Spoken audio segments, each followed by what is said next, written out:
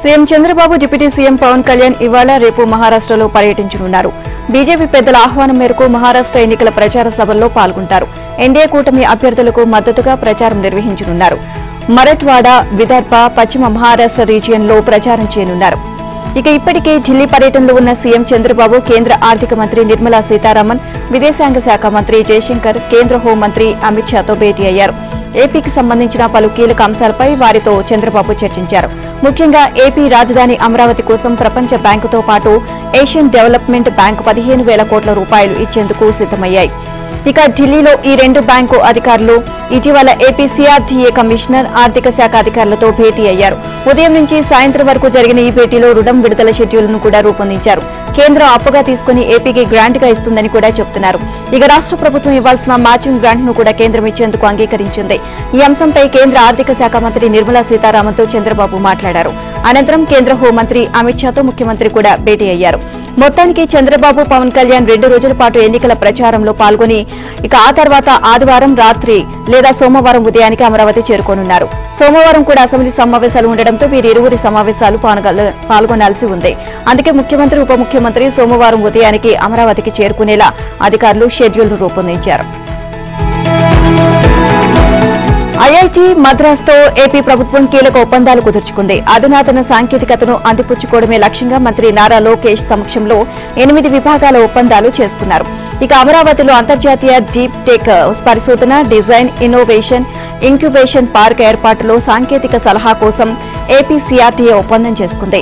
సముద్ర పరిశోధన, communication, coastal energy harvesting టెక్నాలజీల కోసం ఐఐటీఎం, ఆంధ్రప్రదేశ్ ప్రభుత్వం మధ్య ఏపీ మారిటైమ్ బోర్డు ఒప్పందం కుదిరింది. ఇక స్వయం plus, IITM, Pravartak, digital skill academy వంటి ప్లాట్ఫామ్ల ద్వారా స్కేల్ సెల్లింగ్ కార్యక్రమాల్లో నాణ్యత పెంచేలా ఏపీ స్కిల్ డెవలప్మెంట్ సంస్థ ఒప్పందం చేసుకుంది. పరిశ్రమ అవసరాలకు అనుగుణంగా అధునాతన సాంకేతిక శిక్షణ ఇచ్చేలా ఇరు పార్టీల నడుమ ఒప్పందం కుదిరింది. విమానాశ్రయాలను లాజిస్టిక్స్, మెయింటెనెన్స్ హబ్లుగా మార్చే లక్ష్యంతో ఇన్వెస్ట్మెంట్ ఇన్ఫ్రాస్ట్రక్చర్ శాఖ ఒప్పందం కుదుర్చుకుంది.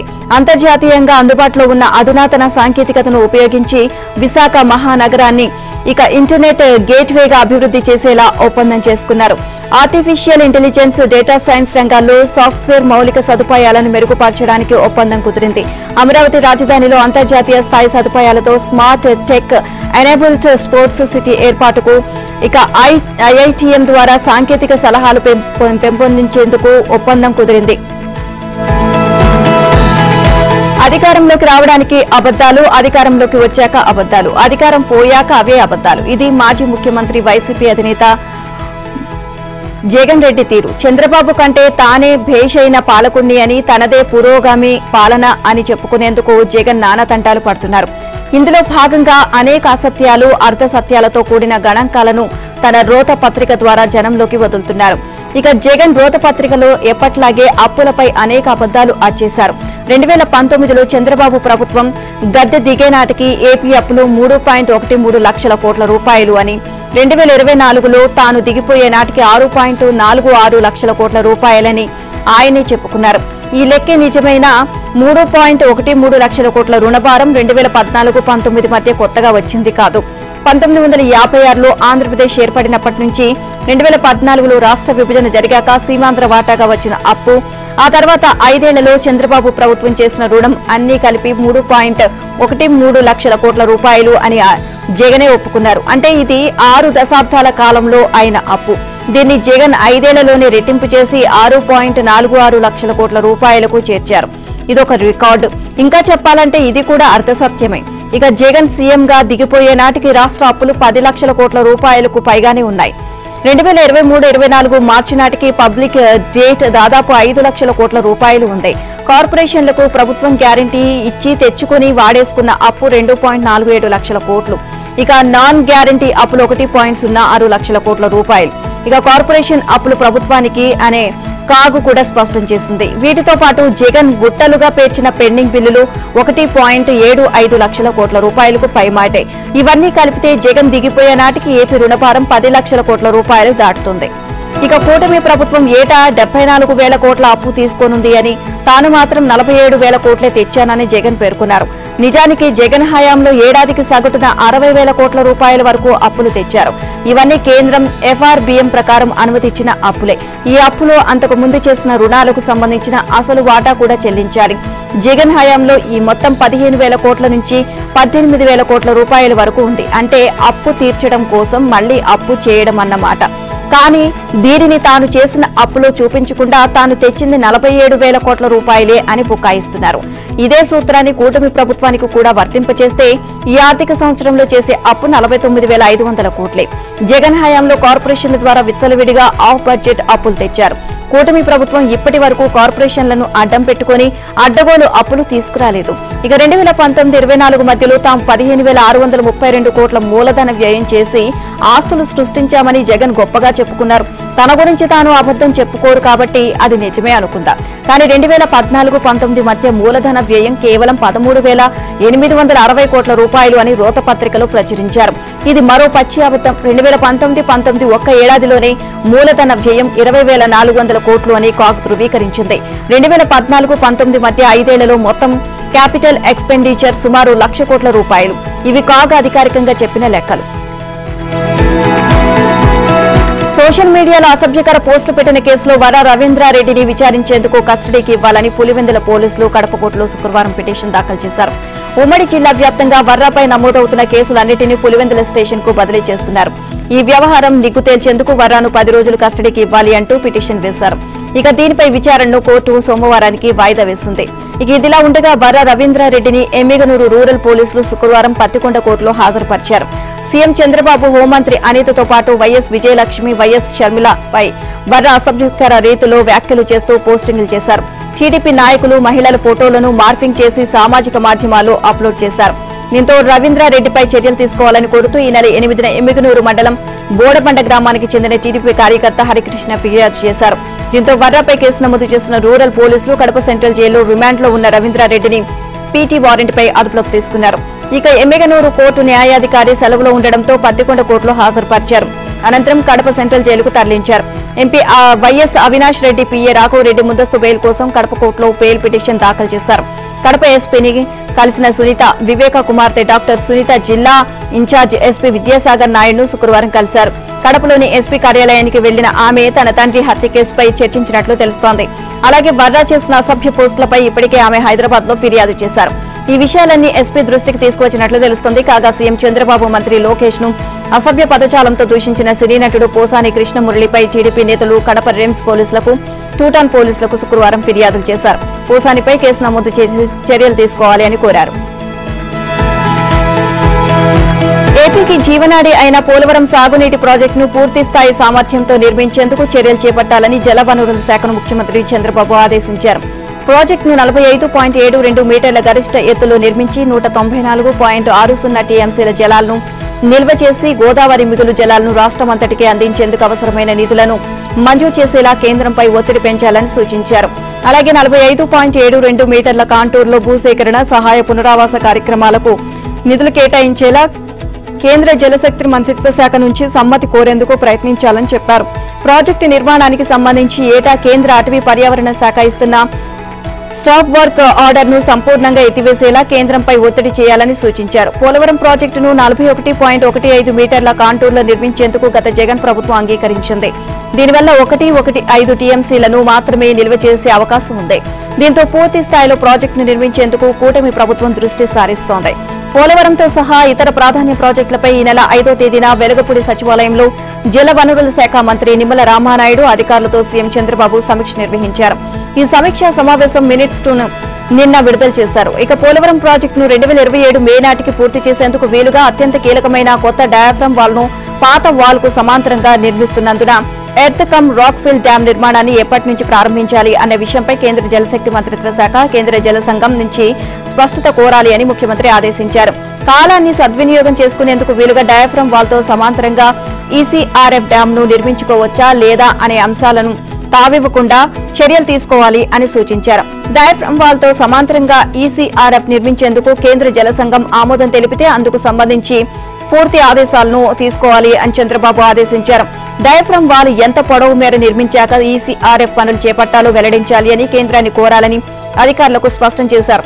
ఈసీఆర్ఎఫ్ పనులు ప్రారంభించాలంటే ప్రధాన డ్యాం వద్ద గోదావరి జలాల నిల్వ ఎంత మేరకు ఉంచాలో కూడా కేంద్ర జల సంఘం నుంచి స్పష్టత కోరాలని సూచించారు. ఈసీఆర్ఎఫ్ ను 30 మీటర్ల ఎత్తులో నిర్మించేంత వరకు నీటిని నిల్వ చేయొచ్చా లేదా అనే అంశాలపైన కేంద్ర జల సంఘం నుంచి స్పష్టత తీసుకోవాలని సీఎం సూచించారు. హైదరాబాద్ నగర శివార్లో నిర్మించ తలపెట్టిన ఫ్యూచర్ సిటీ కోసం అదనంగా 15,000 ఎకరాలను సేకరించాలని రాష్ట్ర ప్రభుత్వం నిర్ణయించింది. ఇప్పటికే ప్రభుత్వం దాదాపు 13,973 ఎకరాల భూమిని సిద్ధం చేసింది. దీనికి అదనంగా 15,000 ఎకరాలకు పైగా భూమిని ల్యాండ్ పూలింగ్ ద్వారా సేకరించాలని సర్కార్ నిర్ణయించింది. అంటే మొత్తం 30,000 ఎకరాల్లో ఫ్యూచర్ సిటీని ఏర్పాటు చేయనుంది. రైతుల అంగీకారంతో భూమిని సేకరించేందుకు సన్నాహాలు చేస్తుంది. అంతేకాక పక్కనే ఉన్న 1,000 ఎకరాల అటవీ భూముల్లో కూడా పర్యాటకులను ఆకర్షించేలా నైట్ సఫారీ తదితర ప్రాజెక్టుల రూపకల్పన చేస్తుంది. ఫ్యూచర్ సిటీ నిర్మాణ పనులను శరవేగంగా చేపట్టేందుకు ప్రత్యేక అథారిటీని ఏర్పాటు చేయనుంది. దానికి పాలక వర్గంతో పాటు కార్యనిర్వాహక మండలిని ఏర్పాటు చేయాలని ప్రభుత్వం నిర్ణయించినట్లు తెలిసింది. రంగారెడ్డి జిల్లా కలెక్టర్ గా పనిచేస్తూ ఇటీవల బదిలీ అయిన శశాంక్ ను ప్రభుత్వం కొత్తగా చేపట్టే ప్రాజెక్టులకు ప్రత్యేక అధికారిగా నియమిస్తూ ఇటీవల జీవో విడుదల చేసింది. భూసేకరణ విషయంలో ప్రజల నుంచి వ్యతిరేకత రాకుండా పలు జాగ్రత్తలు తీసుకుంటున్నారు. పరిహారం విషయంలోనూ కొంత ఉదారంగా ఉండాలి అని ప్రభుత్వం భావిస్తోంది. ఇంతకు ముందెన్నడూ లేని రీతిలో అభివృద్ధి చేసిన ప్లాంట్లలో రైతులకు 50 నుంచి 60% భూమి ఇచ్చే అంశాన్ని పరిశీలిస్తోంది.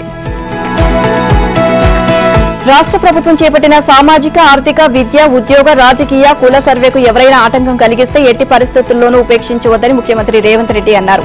రాష్ట్ర జిల్లా స్థాయి అధికారులు ఎప్పటికప్పుడు సర్వే జరుగుతున్న తీరును పర్యవేక్షిస్తూ ఎలాంటి ఆటంకం లేకుండా చూడాలని, తగిన ముందు జాగ్రత్త చర్యలు తీసుకోవాలని సూచించారు. ఇంటింటి కుటుంబ సర్వేపై శుక్రవారం సాయంత్రం ఉన్నత స్థాయి సమీక్ష నిర్వహించిన సీఎం దేశానికి ఆదర్శంగా ఈ సర్వే నిర్వహించాలని, నిర్ణీత సమయానికి పూర్తి చేయాలని అధికారులతో అన్నారు. ఈ సర్వేలో సేకరిస్తున్న వివరాలు రాష్ట్ర పౌరుల అభ్యున్నతి కోసమేనని ఆయన స్పష్టం చేశారు. రాష్ట్ర వ్యాప్తంగా శుక్రవారం నాటికి 5,24,542 ఇళ్లలో సర్వే పూర్తయిందని అధికారులు ముఖ్యమంత్రికి తెలియజేశారు. మొత్తం 87,807 మంది సిబ్బంది, 8,788 పర్యవేక్షక అధికారులు ఈ సర్వేలో పాల్గొంటున్నారని, ప్రజల నుంచి స్పందన కూడా బాగా ఉంది అని వివరించారు. 52,493 గ్రామీణ, 40,901 అర్బన్ ప్రాంతాలను కలిపి మొత్తం 92,901 బ్లాకులుగా విభజించి సర్వే నిర్వహిస్తున్నట్లు వెల్లడించారు. తెలంగాణలోనే అతిపెద్ద ప్రభుత్వ దవాఖానా అయిన సికింద్రాబాద్ గాంధీ ఆసుపత్రిలో ఎక్స్రే యంత్రాలు పనిచేయడం లేదు. ఆసుపత్రి మొత్తం 5 యంత్రాలు ఉండగా అందులో 4 మూలన పడ్డాయి. ఒకే యంత్రం పనిచేస్తుండటంతో ఐపీ, ఓపీ విభాగాలకు చెందిన రోగులు తీవ్ర ఇబ్బందులు పడుతున్నారు. ఇక గత్యంతరం లేని పరిస్థితుల్లో ఓపీకి వచ్చే రోగులు బయట ఎక్స్రేలు తీయించుకుంటున్నారు. ఇక డబ్బులు లేని నిరుపేదలు ఆసుపత్రిలోనే ఎక్స్రే తీయించుకోవాలి అనుకుంటే 2-3 రోజులు ఎదురు చూడాల్సి వస్తోంది. ఇక మరోవైపు హైదరాబాద్ లో అర్ధరాత్రి ప్రమాదాలకు గురైన వారు దాదాపు 150 మంది వరకు అంబులెన్స్ లో గాంధీకి వస్తూ ఉంటారు. అత్యవసర పరిస్థితుల్లో వీరికి ఎక్స్రేలు తీయడం ఇబ్బందిగా మారుతోంది. ఇక 6 నెలలుగా యంత్రాలు పనిచేయకపోయినా పట్టించుకోకపోవడంతో రోగులు ఆగ్రహాన్ని వ్యక్తం చేస్తున్నారు. గాంధీ ఆసుపత్రిలో పరిస్థితులపై ఆంధ్రజ్యోతిలో 20 రోజుల క్రితం కథనం వచ్చింది. దీనిపై స్పందించిన తెలంగాణ డీఎంఈ డాక్టర్ వాణి అదే రోజు ఆసుపత్రికి వచ్చారు. ఈ క్రమంలో ఎక్స్రే యంత్రాల విషయం ప్రస్తావనకు వచ్చింది. పాడైపోయిన యంత్రాలను 3 రోజుల్లో బాగు చేస్తామని ఆమె హామీ ఇచ్చినా సమస్య పరిష్కారం కాలేదు. ఎక్స్రే యంత్రాల విడిభాగాలు ముంబై నుంచి రావాలని రేడియాలజీ విభాగం ఇన్ఛార్జ్ డాక్టర్ రాజేశ్వరి తెలియజేశారు. కంపెనీకి సమాచారం ఇచ్చామని 2-3 రోజుల్లో ముంబై నుంచి టెక్నీషియన్లు వస్తున్నారు అని పేర్కొన్నారు. అత్యవసర పరిస్థితుల్లో వచ్చిన రోగులకు ఇబ్బంది లేకుండా చూస్తున్నామని చెప్పారు. మండలం మకర విళక్కు సీజన్లో భాగంగా కేరళలోని శబరిమల ఆలయం తెరుచుకుంది. ఇవాళ్టి నుంచి భక్తుల దర్శనాలకు అనుమతిస్తారు. తొలి రోజే వర్చువల్ బుకింగ్ ద్వారా దాదాపు 30,000 మంది భక్తులు నమోదు చేసుకున్నట్లు సమాచారం. ఇక భక్తుల రద్దీని దృష్టిలో ఉంచుకుని 1 గంట ముందే ఆలయం తెరిచినట్లు ట్రావెన్కోర్ దేవస్థానం బోర్డు వెల్లడించింది. ఈ సీజన్లో దర్శన సమయాలను పొడిగించినట్లు తెలిపింది. శనివారం తెల్లవారుజామున 3 గంటలకు ఆలయ గర్భగుడిని ప్రధాన అర్చకుడు అరుణ్ కుమార్ నంబుదూరి తెరవనున్నట్లు దేవస్థానం బోర్డు పేర్కొంది. సింహాద్రి అప్పన్న వరాహ పుష్కరిణిలో జలహారతి ఘనంగా జరిగింది. కార్తీక పౌర్ణమి సందర్భంగా స్వామివారి సమక్షంలో వేలాది మంది భక్తుల ఆధ్వర్యంలో దేదీప్యమానంగా దీపాహారతి నిర్వహించారు. మహావిష్ణువు పాదాల నుంచి ఉద్భవించిన జలం ఉప్పొంగుతున్న సందర్భంలో మహాశివుడు తన శిరస్సుపై ఉంచుకుని జీవనాడికి అందించినట్లు చరిత్ర చెబుతోంది. అటువంటి జలహారతిని దర్శించుకుని భక్తులు తరించారు. ఇక ఈ క్రమంలో దేవస్థానం పలు సాంస్కృతిక కార్యక్రమాలను ఏర్పాటు చేసింది. కార్తీక పౌర్ణమి సందర్భంగా తిరుమలలో గరుడ వాహన సేవ అత్యంత వైభవోపేతంగా జరిగింది. అలంకార ప్రియుడైన గోవిందుడు గరుడ వాహనంపై అధిరోహించి తిరువీధుల్లో భక్తులకు దర్శనమిచ్చారు. ఇక భక్తజనం స్వామివారికి కర్పూర నీరాజనాలు సమర్పించి శ్రీవారిని దర్శించుకున్నారు. వాహన సేవ ప్రారంభ సమయంలో కాసేపు చిరుజల్లులు కురవడంతో ఘటాటోపం నీడన వాహన సేవ జరిగింది. వాహన సేవ జరిగినంతసేపు మాడవీధులు గోవిందనామస్మరణతో మారుమోగిపోయాయి. భారత రాజ్యాంగ పరిరక్షణ కోసం తాను ప్రాణత్యాగానికి కూడా సిద్దమని కాంగ్రెస్ అగ్రనేత లోక్సభలో ప్రతిపక్ష నాయకుడు రాహుల్ గాంధీ అన్నారు. రాజ్యాంగ పరిరక్షణకు కాంగ్రెస్ పార్టీ కట్టుబడి ఉంది అని చెప్పారు. మహారాష్ట్ర అసెంబ్లీ ఎన్నికలకు సంబంధించి నదుర్బార్లో నిర్వహించిన ఎన్నికల ప్రచార సభలో ఆయన మాట్లాడుతూ ప్రధాని మోదీపై తీవ్ర విమర్శలు చేశారు. తన చేతిలో రెడ్ బుక్ ఉండడాన్ని అర్బన్ నక్సలిజం అంటూ బీజేపీ నేతలు చేస్తున్న వ్యాఖ్యలపై ఆయన ధ్వజమెత్తారు. ఇక ప్రధాని మోదీ రాజ్యాంగాన్ని ఒక్కసారి కూడా చదవకపోవడం వల్లే రెడ్ బుక్ లో ఏం లేదని ఖాళీ అని అంటున్నారని రాహుల్ ఎద్దేవా చేశారు. రాజ్యాంగం భారతదేశ ఆత్మ అనే విషయాన్ని మోదీ గ్రహించాలని సూచించారు. బిర్సా ముండా, మహాత్మా పూలే, డాక్టర్ బిఆర్ అంబేద్కర్, మహాత్మా గాంధీ తదితర మహనీయుల స్ఫూర్తి రాజ్యాంగంలో ఉంది అని తెలిపారు. రాజ్యాంగంలో ఏం లేదని అంటే ఆ మహనీయులను అవమానించినట్లేనని అన్నారు. కేంద్ర హోంమంత్రి అమిత్ షా ప్రయాణించిన హెలికాప్టర్ను ఎన్నికల అధికారులు చెక్ చేశారు. అందులో ఉన్న ఆయన బ్యాగులను తనిఖీ చేశారు. మహారాష్ట్రలోని హింగోలి జిల్లాలో ఈ ఘటన చోటు చేసుకుంది. మహారాష్ట్ర అసెంబ్లీ ఎన్నికల నేపథ్యంలో శుక్రవారం హింగోలి అసెంబ్లీ నియోజకవర్గంలో అమిత్ షా ప్రచారం చేశారు. ఈ సందర్భంగా ఆయన ప్రయాణించిన హెలికాప్టర్ను, అందులోని బ్యాగులను ఎన్నికల కమిషన్ అధికారులు తనిఖీ చేశారు. అమిత్ షా ట్వీట్ ద్వారా ఈ విషయాన్ని తెలియజేశారు. నిష్పక్షపాత, ఆరోగ్యకరమైన ఎన్నికల విధానాన్ని బీజేపీ విశ్వసిస్తుంది. ఎన్నికల సంఘం రూపొందించిన అన్ని నిబంధనలను అనుసరిస్తోంది అని అందులో పేర్కొన్నారు. ఇక మరోవైపు ఎన్నికల వ్యవస్థకు మనమంతా సహకరించాలని, భారతదేశాన్ని ప్రపంచంలోనే బలమైన ప్రజాస్వామ్యంగా ఉంచడంలో మన బాధ్యతలను గుర్తించాలి అని అమిత్ షా తెలియజేశారు. ప్రేమ జంటల మధ్య ముద్దులు, కౌగిలింతలు సహజమేనని, అది నేరం కాదని మద్రాస్ హైకోర్టు అభిప్రాయపడింది. ఈ చర్యలను సెక్షన్ 354A(1)(I) కింద నేరంగా పరిగణించలేము అని స్పష్టం చేసింది. అయితే లైంగికంగా వేధించాలి అనే ఉద్దేశంతో అలాంటి చర్యలకు పాల్పడితే మాత్రం నేరమే అవుతుంది అని పేర్కొంది. ఈ మేరకు మద్రాస్ హైకోర్టు ఓ యువకుడిపై నమోదైన లైంగిక వేధింపుల కేసును కొట్టివేసింది. కోర్టు నివేదికల ప్రకారం సదరు యువకుడు 2020 నుంచి 19 ఏళ్ల యువతితో రిలేషన్షిప్ లో ఉన్నాడు. ఈ క్రమంలో ఒకరోజు అతడు యువతిని ఓ చోటకు రమ్మని పిలిచాడు. అక్కడ వారిద్దరూ చాలాసేపు గడిపిన తర్వాత ఆమెను ముద్దాడి కౌగిలించుకున్నాడు. ఆ తర్వాత ముఖం చాటేయడంతో విషయాన్ని తల్లిదండ్రులకు చెప్పింది. తనను పెళ్లి చేసుకోవాలని యువకుడిని కోరింది. అయితే ఆమె ప్రతిపాదనను తిరస్కరించిన యువకుడు ఆమెకు దూరమయ్యేందుకు ప్రయత్నిస్తుండటంతో పోలీసులకు ఫిర్యాదు చేసింది. ఇక తర్వాత కేసు కోర్టు దాకా వెళ్లింది. ఉత్తరప్రదేశ్లో తీవ్ర విషాదం చోటు చేసుకుంది. ఝాన్సీలోకి మహారాణి లక్ష్మీబాయి మెడికల్ కళాశాలలోని నియోనాటల్ ఇంటెన్సివ్ కేర్ యూనిట్లో మంటలు వ్యాపించి 10 మంది శిశువులు సజీవ దహనమయ్యారు. మంటల వ్యాప్తితో రోగులు, ఆసుపత్రి సిబ్బంది ఒక్కసారిగా భయభ్రాంతులకు గురయ్యారు. తమ ప్రాణాలు రక్షించుకోవడానికి బయటకు పరుగులు పెట్టారు. ఈ క్రమంలో స్వల్ప తొక్కిసలాట సైతం చోటు చేసుకుంది. సమాచారం అందుకున్న అగ్నిమాపక సిబ్బంది పోలీసులను వెంటనే సహాయక చర్యలు చేపట్టారు. ఇక తీవ్రంగా ఇబ్బంది పడుతున్న శిశువులకు ఈ వార్డులో చికిత్స అందిస్తున్నారు. ఇక ఈ ఘటన జరిగిన సమయంలో వార్డులో 47 మంది చిన్నారులు చికిత్స పొందుతున్నారు. మంటలు అంటుకున్న వెంటనే తల్లిదండ్రులు తమ చిన్నారులను తీసుకుని బయటకు పరిగెత్తారు. ఆసుపత్రిలో ఉన్న గర్భిణులు, వారి బంధువులు క్షేమంగా బయటకు తరలించారు. మంటల వ్యాప్తితో ఒక్కసారిగా ఆ ప్రాంగణంలో దట్టమైన పొగ వ్యాపించింది. శుక్రవారం రాత్రి 11:30 సమయంలో ఈ ఘటన చోటు చేసుకుంది. ఈ ఘటనపై ఉత్తరప్రదేశ్ సీఎం యోగి ఆదిత్యనాథ్ విచారం వ్యక్తం చేశారు. గాయపడ్డ చిన్నారులకు అత్యుత్తమ చికిత్స అందించాలని అధికారులను ఆదేశించారు. ఈ ఘటన ఎలా జరిగిందో వెంటనే దర్యాప్తు చేపట్టాలి అన్నారు. సీఎం ఆదేశాలతో డిప్యూటీ సీఎం బ్రిజేష్ పాఠక్, ఆరోగ్య శాఖ కార్యదర్శి వెంటనే ఝాన్సీకి బయలుదేరి వెళ్లారు. ఉత్తరాఖండ్ డెహ్రాడూన్లో 2 రోజుల క్రితం జరిగిన రోడ్డు ప్రమాదంలో కీలక విషయాలు వెలుగులోకి వచ్చాయి. మంగళవారం జరిగిన కారు ప్రమాదంలో 6 విద్యార్థులు మృతి చెందారు. అయితే కారు ప్రమాదానికి ముందు యువకులు మద్యం సేవించి వీడియో సోషల్ మీడియాలో వైరల్ గా మారింది. మద్యం సేవించిన తర్వాత అర్ధరాత్రి 1:30 సమయంలో ఓఎన్జీసీ చౌక్ సమయంలో వీరు ప్రయాణిస్తున్న ఇన్నోవా కారు కంటైనర్ నుండి కొట్టింది. ఈ ప్రమాదంలో కారులో ఉన్న ప్రయాణికులు 6 అక్కడికక్కడే మృతి చెందగా 25 ఏళ్ల సిద్దేశ్ అగర్వాల్ కు తీవ్ర గాయాలయ్యాయి. ప్రమాదంపై సమాచారం అందుకున్న పోలీసులు సిద్దేశ్ ను స్థానిక సినర్జీ ఆసుపత్రికి తరలించారు. ఇక ప్రస్తుతం అతనికి వైద్య చికిత్సలు కొనసాగుతున్నాయి. రైల్వే ప్లాట్ఫామ్లు, మెట్రో రైళ్లలో వీల్స్ చేస్తూ ప్రయాణికులను ఇబ్బంది కలిగిస్తున్న వారిపై ప్రభుత్వం కఠినంగా వ్యవహరించనుంది. అలాంటి వారిపై ఎఫ్ఐఆర్ నమోదు చేయాలని రైల్వే బోర్డు అన్ని జోన్లకు ఆదేశాలు జారీ చేసింది. వారు కోచ్లో కానీ, రైల్వే ప్రాంగణంలో కానీ రైల్వే కార్యకలాపాలకు ఆటంకం కలిగిస్తే ఎఫ్ఐఆర్ నమోదు చేయాలని తన ఆదేశంలో పేర్కొంది. కొంతమంది ప్రమాదాలను సైతం లెక్క చేయకుండా వ్యూస్ కోసం డాన్స్లు, ప్రమాదకర స్టంట్లతో రీల్స్ చేస్తున్నారు. ఇక అవి తోటి ప్రయాణికులను చాలా ఇబ్బంది పెడుతున్నాయి. దీనిపై పలువురు ఫిర్యాదులు కూడా చేస్తున్నారు. ఇటీవల రైల్వే ట్రాక్ పై ఆగిపోయిన ఒక ఎస్యూవీ వాహనాన్ని చూసిన గూడ్స్ డ్రైవర్ అప్రమత్తమై రైలును నిలిపివేశారు. తీరా అది ప్రమాదవశాత్తు ఆగిపోలేదని, ఒక స్టంటుకు సంబంధించి రీలు కోసం దాన్ని ట్రాక్ పై ఆపినట్లు తెలుసుకున్నారు. ఇలాంటివి దేశవ్యాప్తంగా అనేక ఘటనలు వెలుగు చూస్తున్నాయి. మనకు ఎవరి మీదైనా ఇష్టం లేకపోతే వారితో మాట్లాడడం మానేస్తాం, వారికి దూరంగా ఉంటాం.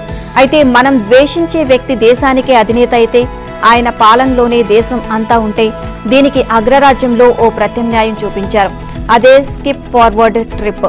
చెరుకు మిషన్లో చెయ్యైనా పెడతాం గానీ డొనాల్డ్ ట్రంప్ పాలనలో అమెరికాలో ఉండలేం బాబోయ్ అనే స్థాయిలో ట్రంప్ను ద్వేషించే వారి కోసం అమెరికాకు చెందిన విల్లా వైవ్ రెసిడెన్సెస్ అనే లగ్జరీ క్రూయిజ్ సంస్థ 4 ఏళ్ల ప్రపంచ ట్రిప్ ను ప్రకటించింది. ఈ ట్రిప్ కు స్కిప్ ఫార్వర్డ్ అనే పేరు పెట్టింది. అంటే ఈ క్రూయిజ్ లో వెళ్లేవారు తిరిగి అమెరికాకు వచ్చేసరికి ట్రంప్ 4 ఏళ్ల పాలన పూర్తవుతుంది అన్నమాట. ఇక ట్రిప్ లో భాగంగా ప్రయాణికులను విల్లాపై ఒడెస్సీ అనే క్రూయిజ్ లో 4 ఏళ్ల పాటు ప్రపంచంలోని 7 ఖండాల్లోని 400 ప్రముఖ పర్యాటక ప్రదేశాల్లో తిప్పుతారు. టికెట్ ధరలు మన కరెన్సీలో 1,35,00,000 నుంచి డబుల్ ఆక్యుపెన్సీ, ఇక 2,20,00,000 దాకా సింగిల్ ఆక్యుపెన్సీ ఉన్నాయి. న్యూజిలాండ్ కు చెందిన యువ మహిళా ఎంపీ హనా రాహితి కరేరీకి మైపీ క్లార్క్ వినూత్న రీతిలో పార్లమెంట్లో నిరసన తెలిపారు. 22 ఏళ్ల మైపీ క్లార్క్ మావోరీ తెగకు చెందిన మహిళ. అయితే ట్రీటీ ప్రిన్సిపల్స్ బిల్లు ప్రవేశపెట్టిన సమయంలో ఆమె నిరసన చేపట్టారు. వివాదాస్పద ఆ బిల్లును 2 ముక్కలుగా చించేశారు. ఆ తర్వాత ఆమె సంప్రదాయ మావోరీ నృత్యం చేసింది. ఇక ఆ మహిళా ఎంపీతో పాటు మరికొందరు సభ్యులు ఇంకా గ్యాలరీలో ఉన్నవారు కూడా డాన్స్ చేశారు. ఆ డాన్స్ కు చెందిన వీడియో ఇప్పుడు నెట్టింట వైరల్ అవుతోంది. ఛాంపియన్స్ ట్రోఫీ టూర్ విషయంలో పాక్ కుట్రలకు ఐసీసీ చెక్ పెట్టింది. పాకిస్తాన్ ఆక్రమిత కశ్మీర్లో నిర్వహించతలపెట్టిన ఛాంపియన్స్ ట్రోఫీ టూర్ను ఐసీసీ రద్దు చేసింది. ఛాంపియన్స్ ట్రోఫీ షెడ్యూల్ను ఇంకా ప్రకటించినప్పటికీ ట్రోఫీ టూర్ను మాత్రం మొదలుపెట్టింది. ఇందులో భాగంగా కప్పును తొలుత పాకిస్తాన్కు పంపింది. ఇక దీంతో పాక్ క్రికెట్ బోర్డు టూర్ షెడ్యూల్ను ప్రకటించింది. ఇందులో పీఓకేలో ఉన్న స్కర్దు, హుంజా, ముజఫరాబాద్ ప్రాంతాలను కూడా పాక్ చేర్చింది. భారత్ను కవ్వించేందుకే ఈ నిర్ణయం తీసుకున్నట్లు తెలుస్తోంది. దాయాది దేశంలో టీమిండియా పర్యటించేది లేదు అని బీసీసీఐ స్పష్టం చేసిన నేపథ్యంలో పాక్ ఈ రూపంలో తన వక్ర బుద్ధిని బయటపెట్టింది. ఈ కుటిల ప్రయత్నాలకు చెక్ పెట్టేందుకు భారత్ సత్వరమే స్పందించింది. ఐసీసీ ముందు తన అభ్యంతరాలను లేవనెత్తింది. దీనిపై స్పందించిన ఐసీసీ పీఓకే టూర్ను రద్దు చేసింది. దక్షిణాఫ్రికాతో జరుగుతున్న చివరి టీ20లో టీమిండియా దుమ్మురేపింది. తిలక్ వర్మ 47 బంతుల్లో 10 సిక్స్లు, 9 ఫోర్లతో 120 పరుగులు చేయగా, సంజు శాంసన్ 56 బంతుల్లో 8 సిక్స్లు, 6 ఫోర్లతో 109 పరుగులతో ఇద్దరు నాటౌట్ గా నిలిచి దక్షిణాఫ్రికా బౌలర్లను ఊచకోత కోశారు. అభిషేక్ శర్మ 36 పరుగులతో రాణించాడు. దీంతో భారత్ నిర్ణీత 20 ఓవర్లకు వికెట్ నష్టానికి 283 పరుగులు చేసింది. టీ20లో ఇది భారత్ కు రెండో అత్యధిక స్కోర్. గత నెలలో బంగ్లాదేశ్ తో జరిగిన మ్యాచ్లో 297 అత్యధిక స్కోర్ చేసింది. ఇక దక్షిణాఫ్రికాపై భారత్ కు ఇదే అత్యధిక స్కోర్. ఇక ఈ మ్యాచ్లో దక్షిణాఫ్రికా బౌలర్లు తేలిపోయారు. సిపబ్నా 1 వికెట్ పడగొట్టగా అందరూ బౌలర్లు దారుణంగా పరుగులు ఇచ్చారు. ఇక తొలుత టాస్ గెలిచి బ్యాటింగ్ ఎంచుకున్న భారత్ తొలి ఓవర్లో కేవలం 4 పరుగులే చేసింది. అభిషేక్ శర్మతో కలిసి ఇన్నింగ్స్ ను మొదలుపెట్టిన శాంసన్ 2వ ఓవర్ నుంచి దంచుడు మొదలుపెట్టాడు. ఇక 4వ ఓవర్ వరకు నిదానంగా ఆడిన అభిషేక్ శర్మ 5వ ఓవర్లో చెలరేగిపోయాడు. వరుసగా 2 సిక్స్లు, 1 ఫోర్, చివరి బంతికి మళ్లీ 6 కొట్టి ఒక్కసారిగా ఊపులోకి వచ్చాడు. ఇక 5 ఓవర్లు పూర్తయ్యేసరికి భారత్ 68 పరుగులు చేసింది. అదే ఊపులో తర్వాతి ఓవర్లో సిప్లమాకు క్యాచ్ ఇచ్చి అభిషేక్ అవుట్ అయ్యాడు. అనంతరం వచ్చిన తిలక్ వర్మ తొలుత ఆచితూచి ఆడినప్పటికీ తర్వాత తుపానులా మారాడు. అభిషేక్ అవుట్ తో కాస్త నెమ్మదించిన భారత ఇన్నింగ్స్ 8వ ఓవర్ తర్వాత మళ్లీ విపరీతంగా పుంజుకుంది. 9వ ఓవర్లో తిలక్ వర్మ 2 సిక్స్లు కొట్టగా 10వ ఓవర్లో శాంసన్ వరుసగా 2 సిక్స్లు కొట్టడంతో మ్యాచ్ మరో లెవెల్కు దూసుకువెళ్లింది. ఇక 10 ఓవర్లకు 1 వికెట్ నష్టానికి 129 పరుగులతో నిలిచిన భారత్ స్కోర్ సంజు, తిలక్ ఇద్దరూ కలిసి ఎడాపెడా 4లు 6లతో విరుచుకుపడడంతో 15 ఓవర్లకు 1 వికెట్ నష్టానికి 219కి చేరింది. ఇక అప్పటికే ఇద్దరు సెంచరీకి చేరువయ్యారు. అనంతరం అదే రోజు కొనసాగించిన సంజు 51 బంతుల్లో శతకం సాధించగా తిలక్ వర్మ 41 బంతుల్లోనే ఈ ఫీట్ను అందుకున్నాడు.